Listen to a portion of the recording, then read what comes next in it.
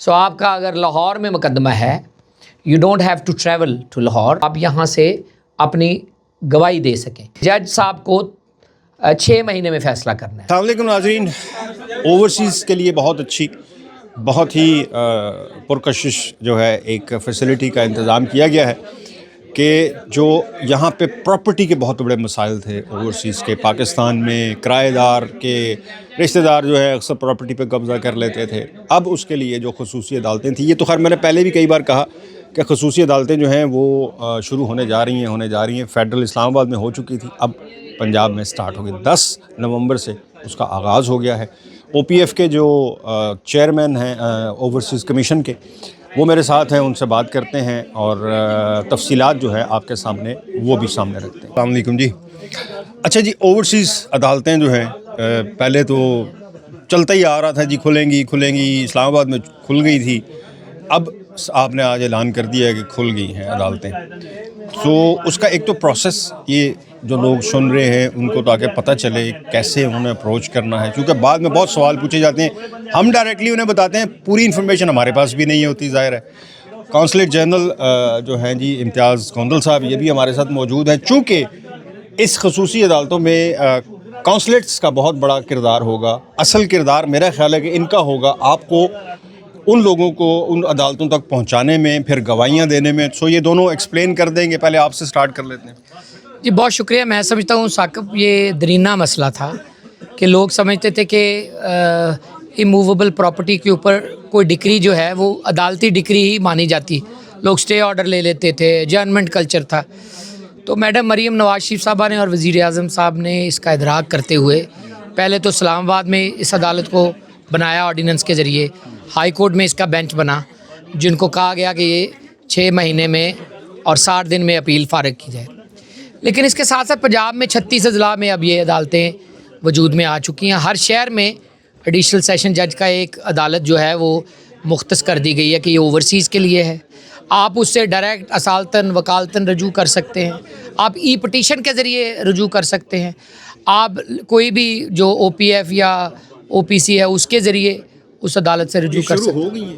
عدالتیں بن گئی، 10 نومبر سے عدالتیں kick start کر گئی۔ عدالت تو ہوتی ہے نا آپ کی کچہری میں، جو ایڈیشنل سیشن جج نیمڈ ہوا ہے وہ عدالت اب اوورسیز کی عدالت، صرف اوورسیز کے وہ صرف اوورسیز کے مقدمات اس ضلع میں سوئی۔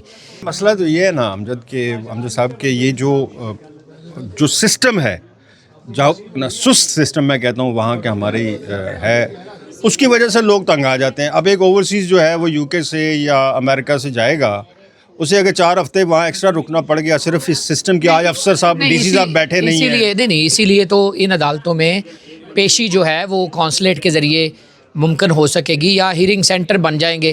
آپ کو نوٹس آ جائے گا کہ آپ 12 بجے فلاں دن کونسلیٹ آف مانچسٹر میں آپ آئیں، اور یہاں انتظام ہوگا سارا، آپ ویڈیو لنک کے ذریعے کورٹ میں گواہی دیں گے، اور یہ گواہی بھی اس طرح نہیں ہوگی کہ 400 کیس لگا ہوا ہے آپ کی باری ہی نہ آئے۔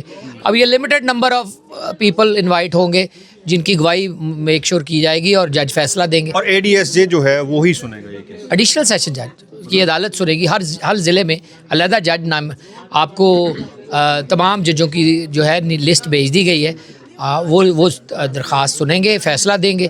فیصلے کے خلاف each party can go appeal, اور اپیل بھی 60 دن میں اس کا فیصلہ ہائی کورٹ کا جائے۔ اپیل کس کے پاس؟ High court? Lahore high court میں اس کا 60 دن میں فیصلہ ہوگا۔ اچھا گوندل صاحب، آپ مین جو ہے نا وہ کردار ادا کریں گے بیچ میں، میرا خیال برج کا، اوورسیز کا اور ان عدالتوں کا، آپ کتنا فیسیلیٹیٹ کر پائیں گے؟ آپ اس سسٹم کو سن کے یہ جو بتا رہے ہیں امجد صاحب، اس کے بعد آپ کتنا لگتا ہے کہ آپ فیسیلیٹیٹ؟ انشاءاللہ جیسے کہ ابھی بیرسٹر صاحب نے بتایا کہ یہ بہت میجر چینج ہے، ایک انقلابی قدم ہے جو لے کے آیا گیا۔ تو انشاءاللہ کونسلیٹ اور ایمبیسیز ہر جگہ پہ ڈیڈیکیٹڈ ہیئرنگ رومز کرنے کی بنانے کی ہمیں انسٹرکشنز آ چکی ہوئی ہیں منسٹری آف فارن افیئر سے۔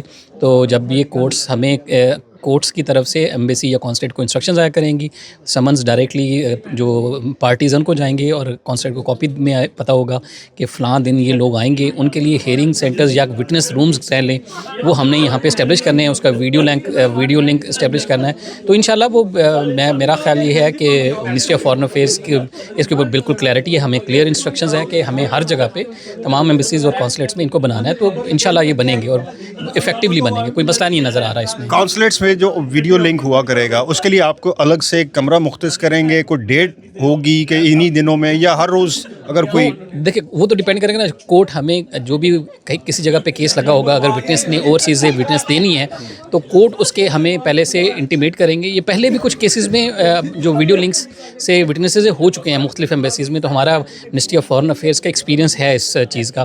تو روم بنا ہوگا, ویڈیو روم یا وٹنس روم ہوگا, ویڈیو لنک اسٹیبلش کر لیں گے.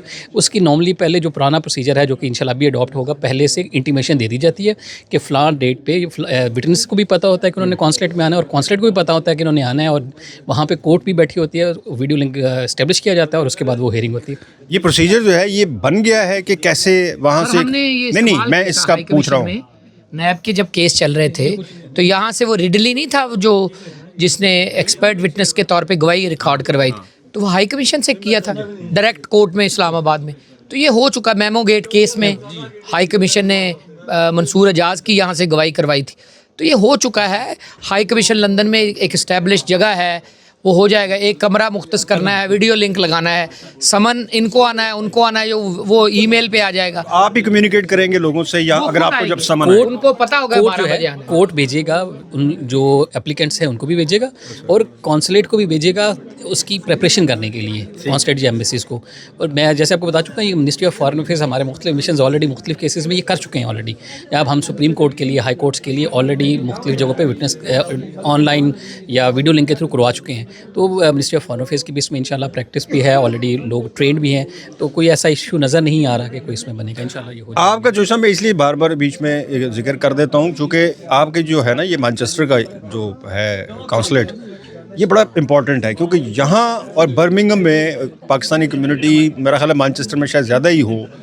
اور دوسری ایک چیز بڑی امپورٹنٹ کہ یہاں پہ کشمیری کمیونٹی بہت زیادہ ہے مانچسٹر کے ریجن میں, اور یہ میرا خیال ہے ان کے اوپر تو یہ لاگو نہیں ہوگا. وہ ہم سے بہت سوال پوچھتے ہیں. نہیں, وہ ان کا اوورسیز پاکستانی کمیشن آزاد کشمیر کا پچھلی حکومتوں میں بنا تھا آرڈیننس, اس کے ذریعے کمشنر کا تعیناتی بھی ہوئی تھی, وہ آگے نہیں بڑھ سکا.